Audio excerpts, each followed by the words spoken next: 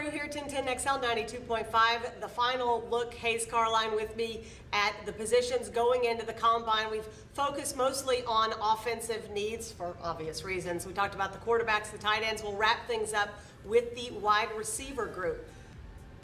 Hayes, there are quite a few guys available in this year's draft.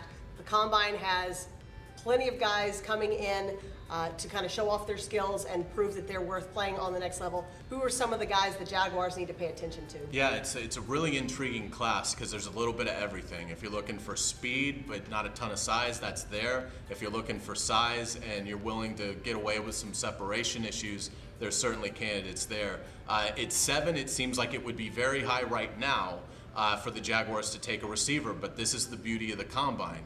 Let one of these receivers go in there and post a 4.4, and it could certainly change because there's certainly always going to be that demand for that prototypical number 1. And it's if you find one at 7, that's certainly not too high. You just have to believe that you are getting a Julio Jones, an Odell Beckham, an Antonio Brown, impactful kind of player like that. I don't know that there'll be one, but that will be one of the most fascinating aspects of this combine is, do we see a receiver really take control and separate himself as the top one in this class?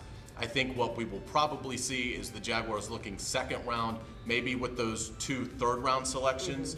And I would look big body. N'Keal Harry, a kid out of Arizona State, is a kid I love. You look at his body control, his physicality, his ability to get yards after contact, his ability as a return man. He did a lot of outstanding things at Arizona State. I think he would fit in great with the Jaguars with that 38th overall pick.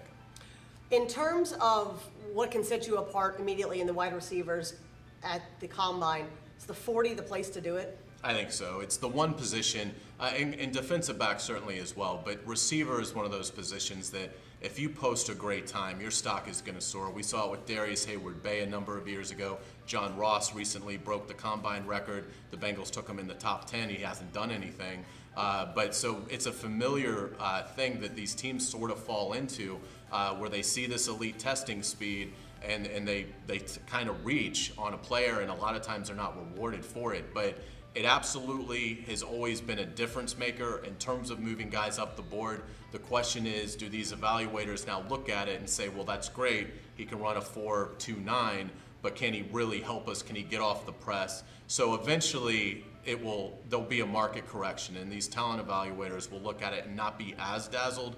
But look, until we see it play out that way, you have to assume that if one of these kids goes to Indianapolis and runs a great time, they're going to make millions of dollars. We also make the assumption sometimes that those invited to the combine are going to participate in everything that is available, and that's not always the case.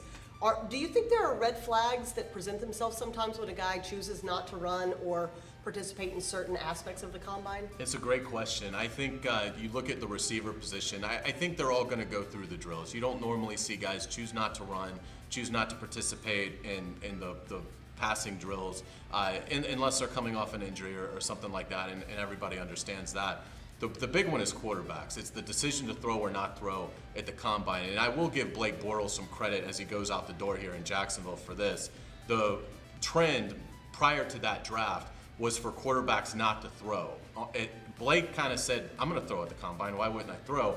I think the Jaguars were really impressed by that. I think a lot of teams were as well. He goes 3rd overall, and now you're seeing a lot of quarterbacks take on that mentality of, yes, I'm going to throw. It's receivers I don't know, but I'm not going to let that stop me. So that's really the only position. I think everywhere else you'll see with linemen, some linemen don't like to do the bench pressing, things like that. But for the most part, I think everybody that you want to see run the 40 is going to do it at the receiver spot. And Tom Coughlin will be sitting there in his usual seat with his usual stopwatch, and he will definitely be keeping a close eye on all those receivers because the Jaguars, they've got many needs, but receiver certainly is one of them. Well, that does it for our combine preview. We took a look at the quarterback, tight end, and wide receiver position. It is next week, so we'll keep an eye on the guys that maybe show up and show out and give hopefully the Jaguars an opportunity to take a look at. Thank you, Hayes. I appreciate it. Sure thing. Thank you.